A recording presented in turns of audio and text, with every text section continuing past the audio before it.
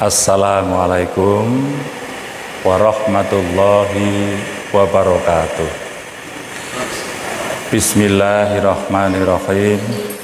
Alhamdulillahirabbil alamin. Asyhadu alla ilaha illallah wa asyhadu anna Muhammadar Rasulullah. Allahumma sholli ala Muhammad wa ali Muhammad. Allahumma arinil haqqa haqqa warzuqnit tibaa wa arinil batila batila warzuqnit istinabah. Pada kesempatan siang hari ini kami akan mencoba menyampaikan tentang manfaat anak-anak kita berada di pesantren. Sudah barang tentu tidak semua akan kami sampaikan pada kesempatan kali ini, karena pada buku yang sudah kami susun pun ada 77 manfaat di pesantren. Barangkali cuma 3 yang bisa kami sampaikan. Apa manfaat anak-anak kita berada di pesantren atau mengikuti pendidikan di pesantren. Yang nomor 1, bahwa hidup ini memang kita diberi kebebasan oleh Allah untuk memilih.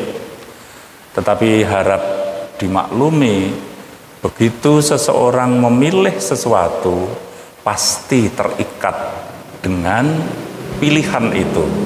Ini rumus yang tidak bisa lepas kita dari persoalan itu. Katakanlah misalnya kehidupan ini bisa kita bagi 2, anak-anak tetap di rumah, di masyarakat umum, atau masuk ke pesantren. Nah, jadi dikotominya kita bagi 2 gitu. Anak-anak kita letakkan di pesantren pendidikannya atau di luar pesantren. Nah, kalau di luar pesantren kita sama-sama tahu bahwa lossetrum atau apalah namanya, pokoknya di luar itu sudah semua pengaruh mempengaruhi anak-anak kita. Pengaruh yang baik ada, tapi pengaruh yang buruk amat sangat banyak sekali. Nah, atau pilihan yang kedua, masuk ke pesantren. Ya, insya Allah dibandingkan dengan di luar, itu di pesantren insya Allah lebih homogen, dalam arti kemakrufan lebih banyak. Meskipun ya adalah kemungkaran-kemungkaran, tapi relatif kecil dan masih bisa dikontrol kalau di pesantren. Tapi kalau di luar pesantren itu sulit dikontrol. Nah, dari sisi bapak ibu dipersilahkan untuk memilih anaknya mau dididik di dalam pesantren atau di luar pesantren. Ini pilihan. Tapi masing-masing pilihan sekali lagi pasti ada resikonya. Ini saya kira sebuah rumus yang memang tidak bisa terhindari. Nah, dalam batas sepengetahuan saya, bahwa di luar pesantren kemungkaran amat sangat banyak sekali.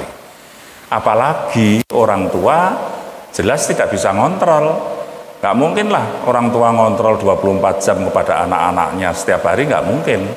Maka itu adalah bahaya yang berikutnya. Secara teoretik, andai kata anak memilih pendidikan di luar pesantren, kemudian bapak-bapak ibu bisa ngontrol ketat 24 jam,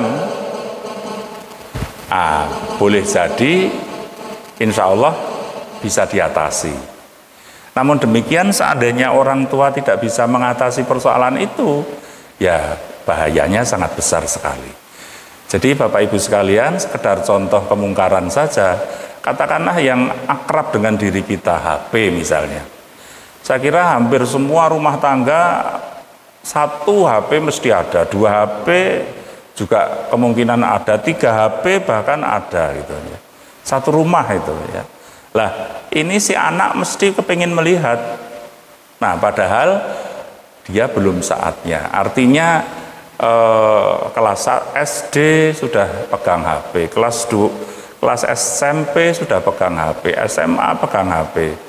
Dan semakin pinter malah akan semakin tahu apa jeleknya HP itu gitu. Padahal manusia itu makhluk peniru. Nah, panjenengan presani, ya, panjenengan rasakan bahasa yang kita pakai pun meniru, cara duduk juga meniru, semuanya kita itu meniru. Lah kalau yang kita tiru itu hal yang baik, ya alhamdulillah. Tapi kalau yang kita tiru itu isi HP yang jelek, nah ini sekedar komentar kita tentang kemungkaran dari sisi HP. Kemudian dari sisi narkotik, Masya Allah, alhamdulillah saya pribadi hampir tiap minggu kami harus mengisi pengajian untuk mantan napi saya di Wonosari, di Gunung Kidul, bahkan yang ikut juga dari Bantul, dari Sleman, dari Jogja. Nah itu hampir 80% kasus mantan napi adalah narkotik, hampir 80%. Ya. Dan di Indonesia ini berapa ton narkotik yang masuk, padahal 1 gram konon bisa untuk orang 17. Berarti generasi muda kita yang hancur karena narkotik, Anda bisa menghitung sendiri gitu. Nah ini adalah ancaman berikutnya yang ada di luar pesantren, dan tidak usah saya sebutkan semuanya, yang ketiga, keempat, kelima apa terlalu panjang nanti. Tapi di luar pesantren itu kemungkaran sangat luar biasa banyaknya. Dan idealnya anak-anak kita awasi idealnya. Tapi saya kira orang tua semuanya punya kesibukan sendiri-sendiri yang tidak mungkin 24 jam bisa mengawasi putra-putrinya. Nah untuk itu pesantren adalah tempat hijrah. Nah, istilah agamanya tempat hijrah. Kalau dulu hijrah itu perpindahan geografis dari Mekah ke Madinah, dan ini atas perintah Allah, bukan karena ketakutan pribadi Rasul, bukan, tapi untuk kelangsungan perjuangan Islam yang dulunya base campnya adalah di Mekah, maka Allah menyatakan kamu harus pindah ke Madinah. Mekah tidak kondusif untuk persiapan perjuangan, maka yang lebih kondusif Allah Maha Tahu adalah ada di Madinah.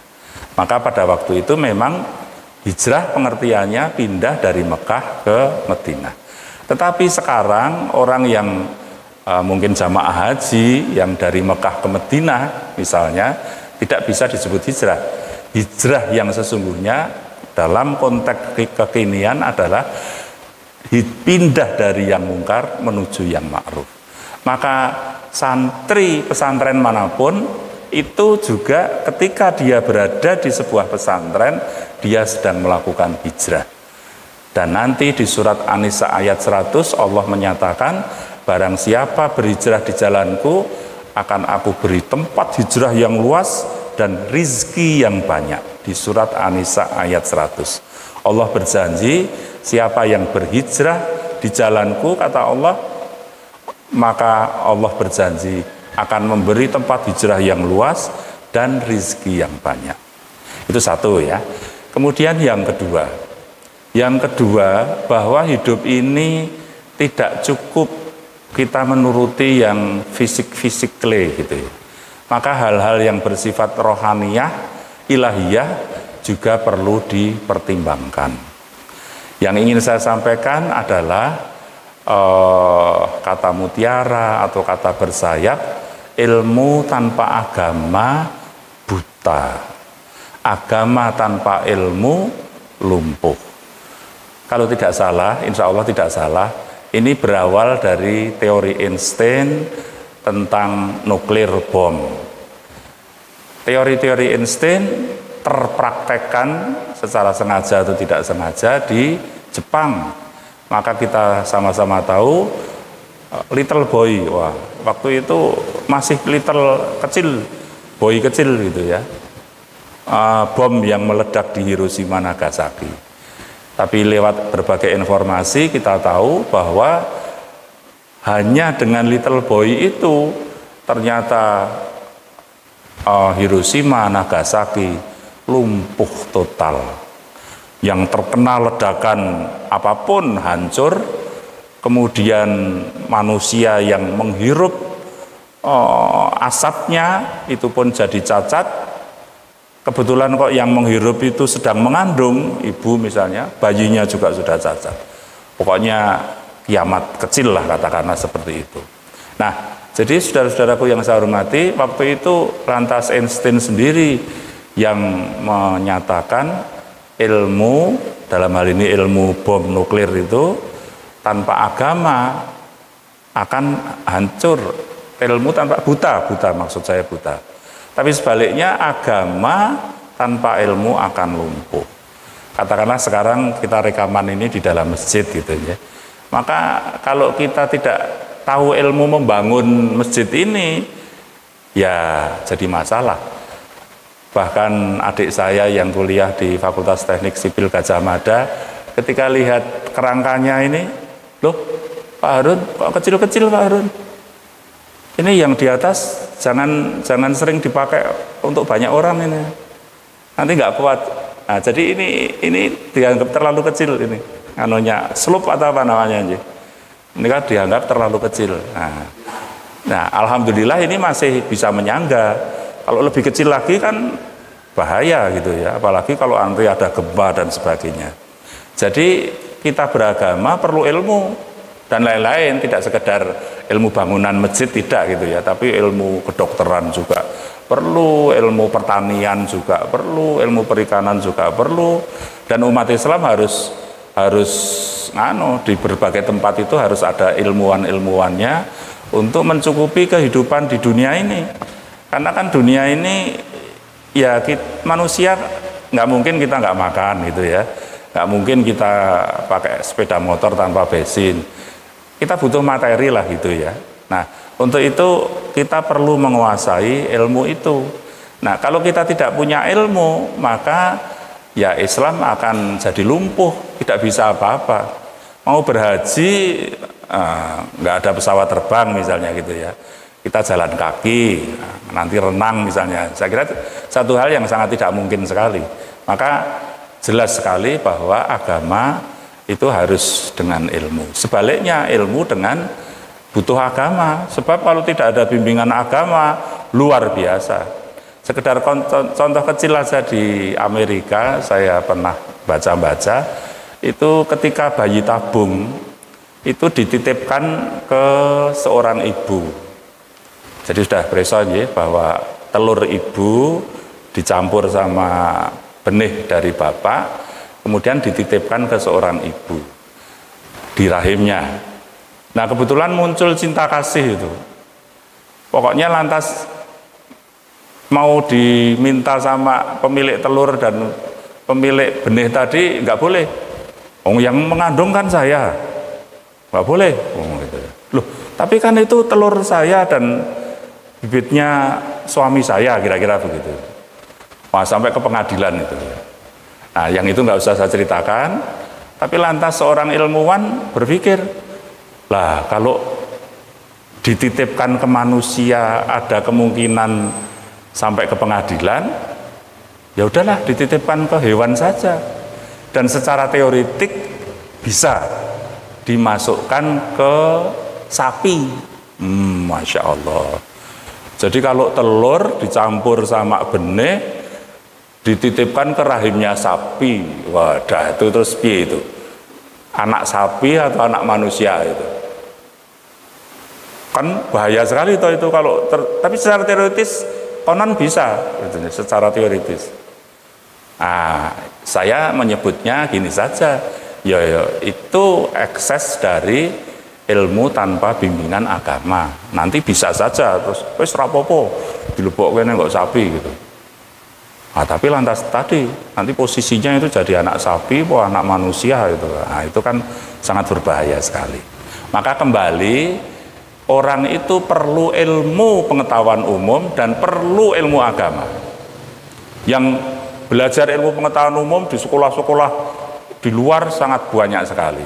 Maka harus diimbangi banyak hamba Allah yang khusus belajar agama, dan ini nanti mendampingi, nah gitu ya, mendampingi hamba-hamba Allah yang berilmu. Maka mudah-mudahan nanti di masyarakat itu terwujud situasi keadaan yang sangat baik. Kemudian yang ketiga, barangkali terakhir saja, di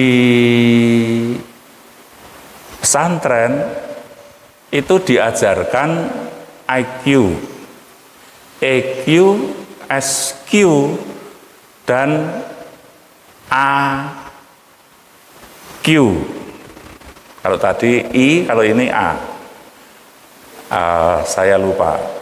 Tapi kalau yang terakhir ini adalah kecerdasan menahan penderitaan dan segera move on, mungkin istilah zaman sekarang gitu, untuk melangkah yang lebih baik. Tapi izinkan saya dari depan IQ. Jadi dalam diri manusia itu ada IQ, kecerdasan otak. Dan insya Allah di pesantren manapun ada, tapi khususnya di pesantren Al-Hikmah, kita ada SMP, MA, SMK, yang di situ akan mengembangkan IQ. Matematika, fisika, kimia, dan sebagainya, kita ajarkan insya Allah. Orangnya cerdas, tapi kerja sendirian dalam hidup ini, sendiri. Saya kira tidak bisa menyelesaikan apa-apa. Maka harus ada kecerdasan bergaul. Jadi ajak-ajak orang lain, itu penting gitu ya, penting. Karena pekerjaan seberat apapun kalau dikerjakan bersama-sama jadi ringan. Tapi pekerjaan seringan apapun kalau dikerjakan sendiri pasti tidak mampu malah. Nah, untuk itu sangat indah sekali seandainya diri yang cerdas IQ itu diimbangi dengan kemampuan bergaul, luwes bergaul. Nah, ini penting sekali. Pinter golek konco, nah gitu ya. Nah, maka memang ada kan orang yang sulit bergaul dan ada yang pinter bergaul. Bisa menyenangkan orang lain dengan cara memuji dan diusahakan, ditekan, mencela orang lain. Sehingga dia temannya jadi banyak sekali. Ketika dia punya persoalan, segera dia bisa minta bantuan kepada teman-temannya untuk menyelesaikan persoalan itu. Apalagi nanti kalau bicara soal bangsa, pasti tidak bisa sendiri, harus melibatkan orang lain. Nah, IQ hebat, IQ-nya cerdas dia. EQ, emotional quotient juga hebat. Maka dia bisa jadi anggota DPR. Pilihlah saya, pilihlah saya, pilihlah saya. Karena luwes dia, luwes dan cerdas, maka lantas pada memilih. Tapi kalau tidak diimbangi dengan SQ, maka yang kita lihat adalah korupsi sekian miliar, sekian triliun. Itu karena tidak ada bimbingan agama. Maka manusia yang sempurna secara teoretik adalah punya IQ yang tinggi, dan kalau Rasul kita fatonah, gitu ya. Kemudian EQ yang tinggi juga, Rasul kita tabligh. Kemudian SQ yang tinggi juga, spiritual quotient. Dan ini adalah sidik dan amanah. Sidik dan amanah itu spiritual quotient. Maka ditambah satu lagi, hampir semua orang hebat, para pemimpin mesti melewati masa-masa sulit, masa menderita. Kalau kita kembalikan kepada uswatun hasanah kita, junjungan kita Nabi Muhammad Sallallahu Alaihi Wasallam, barangkali kita semuanya sudah pada tahu ujian, ancaman dari kafir untuk Rasul kita sangat luar biasa. Katakanlah tentang diludahi mukanya saja gitu ya. Saya kira kita belum pernah mungkin ya.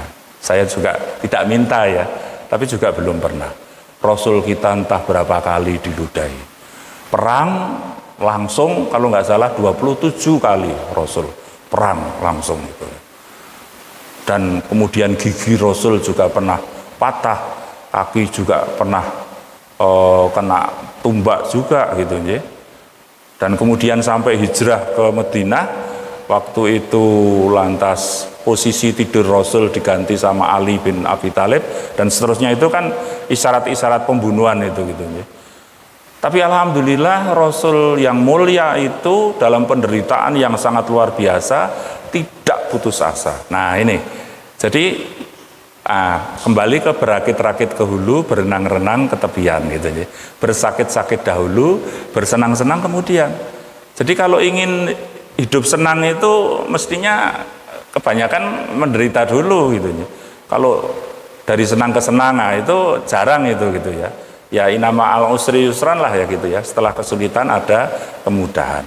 Maka ujian itu perlu ada. Maka di pesantren tidak usah kaget, tidak usah terlalu cemas. Kalau ya situasinya agak beda dengan di rumah gitu. Kalau di rumah barangkali makan apa begitu selalu ada. Kalau kurang ditambah bisa barangkali. Tapi kalau di pesantren adanya itu ya sudah itu. Tapi sesungguhnya kan makan itu yang penting kan sehat sama lapar. Saya kira yang penting kan dua itu ya. Kalau sudah sehat, lapar, udah apa-apa jadi enak gitu ya. Jadi tidak terletak enak itu pada makanannya, tetapi pada kondisi fisik kita. Kalau sudah sehat, kemudian lapar, ketela enak semuanya gitu ya. Nah untuk itu di pesantren kondisinya barangkali seperti itu. Di rumah mandi tidak usah antre, tapi di pesantren antre. Tapi itu tidak apa-apa, itu memang perlu dilakukan. Menderita itu perlu dilakukan, karena itu adalah fondasi pada saatnya nanti dia akan menjadi hamba Allah yang hebat, itu sudah kuat gitu, fondasinya sudah kuat. Ya, tidur biasanya di rumah sendirian, satu kamar satu. Tapi kalau di pesantren ya bareng sama teman-teman. Nah, di situ hari-hari pertama memang terganggu. Tapi insya Allah nanti kalau udah sebulan sudah tidak akan terganggu lagi, malah sebuah keindahan ketika tidur bersama-sama dalam satu ruang yang sempit dan sebagainya dan sebagainya. Kewajiban-kewajiban barangkali banyak sekali, kegiatan banyak sekali, tapi itu semuanya adalah sangat dibutuhkan oleh hamba Allah siapapun pada hakikatnya. Dan lain-lain manfaat di pesantren masih ada yang saya catat saja ada 77, lebih lah dari 77 itu lebih. Pokoknya di pesantren adalah tempat yang paling tepat untuk anak-anak kita. Yakin sekali saya. Tambah satu lagi, bahwa di luar pesantren praktek atas keilmuan itu sulit dilakukan. Katakanlah sholat jamaah, ya guru agama di sekolah akan menyatakan sholat jamaah baik. Tapi apakah maghrib dikerjakan sholat jamaah? Saya kira kan ya asar boleh jadi udah pulang gitu ya. Jadi maghrib nggak dikerjakan, isya juga nggak dikerjakan, subuh apalagi gitu ya. Tapi kalau di pesantren 24 jam, ya 5 kali sholat jamaah dikerjakan semua.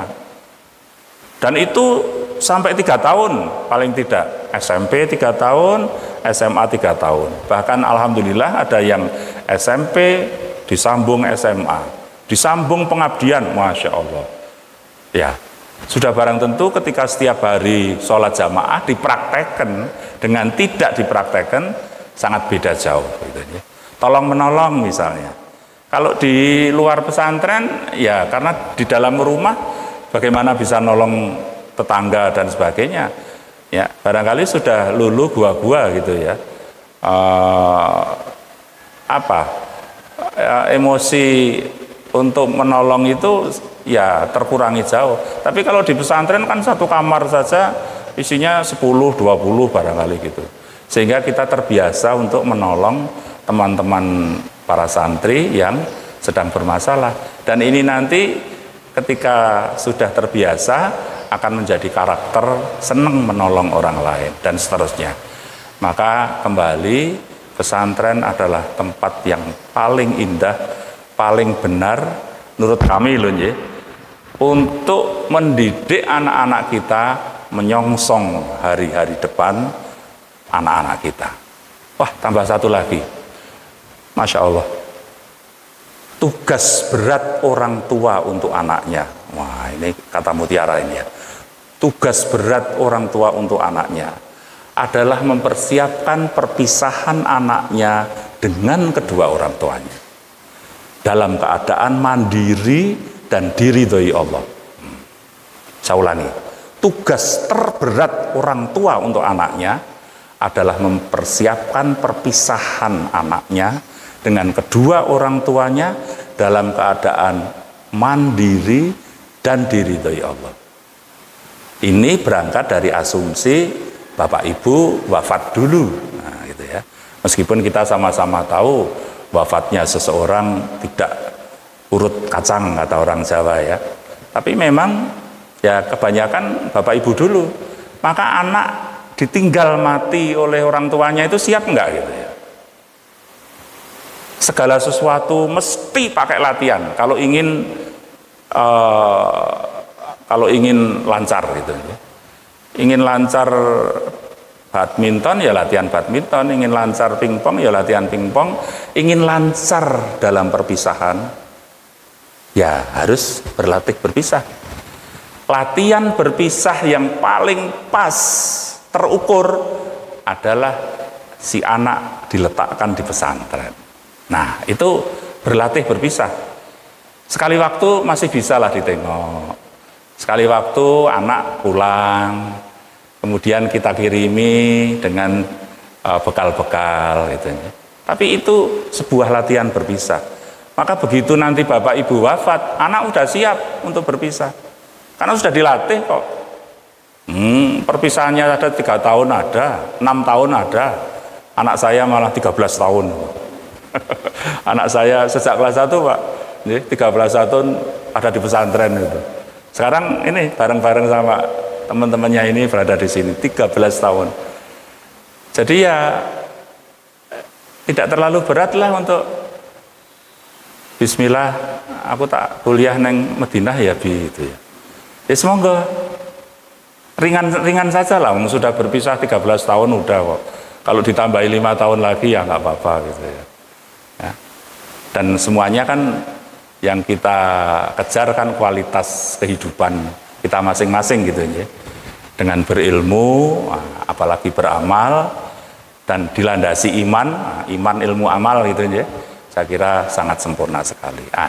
Mudah-mudahan Bapak Ibu kita semuanya disukseskan sama Allah mempersiapkan perpisahan anak-anak kita dengan diri kita orang tua. Saya kira itu saja yang bisa kami sampaikan. Mohon maaf kalau terlalu panjang dan ada yang kurang. Astaghfirullahaladzim.